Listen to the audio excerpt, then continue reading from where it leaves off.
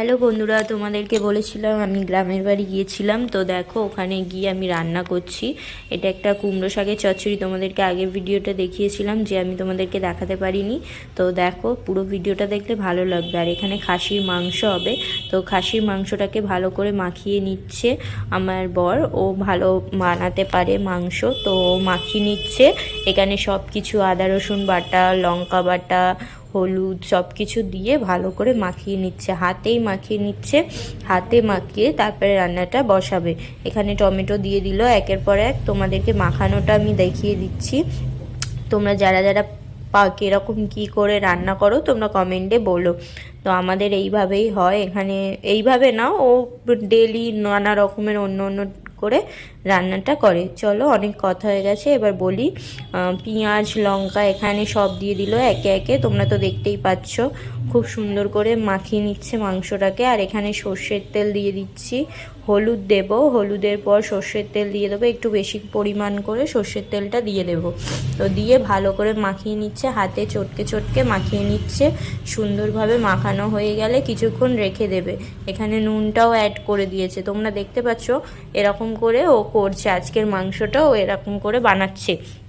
তো জিনিসটা দেখো ভালো করে মাখিয়ে নিচ্ছে। তারপর সর্ষের তেলটা অনেকটা পরিমাণে দিয়ে দিচ্ছি এখানে।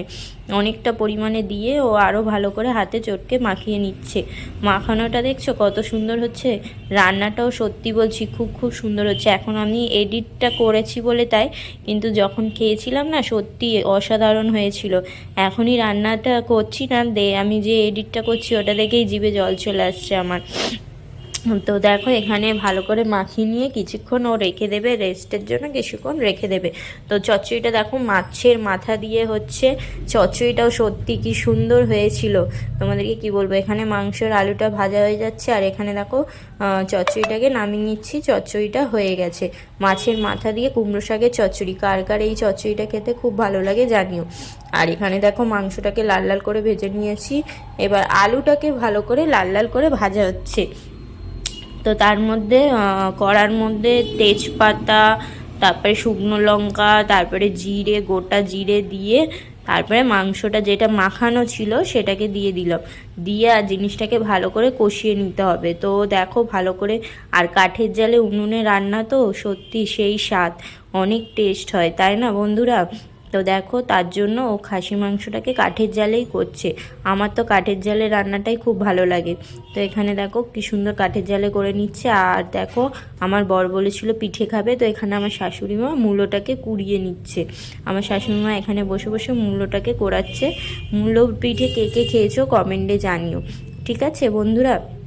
আর এখানে দেখো কড়াই ভালো করে মাংসটা কষিয়ে এসছে, ভালো করে কষিয়ে নিচ্ছে। জল ছেড়েছে কতটা দেখো, অনেকটা পরিমাণে জল ছাড়া হয়ে গেছে। তো এখানে ভালো করে কষিয়ে নিচ্ছে, সুন্দরভাবে কষানো হচ্ছে। কে কে এরকম কষা কষা খাসির মাংস খেয়েছো কমেন্টে জানিও। মানে এতটাই ভালো হয়েছিল মাংসটা, উনুনের রান্না যেহেতু।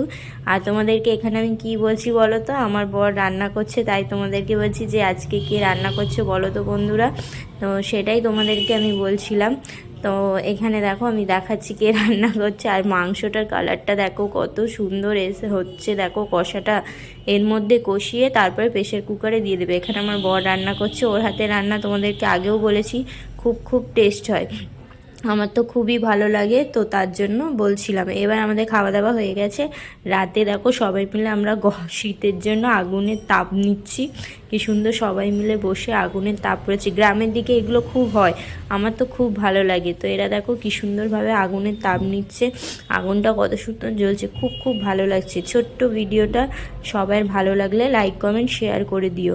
সবাই ভালো থেকো, সুস্থ থেকো। আমার ভিডিওটা ভালো লাগলে সবাই একটু লাইক কমেন্ট শেয়ার করে দেবো।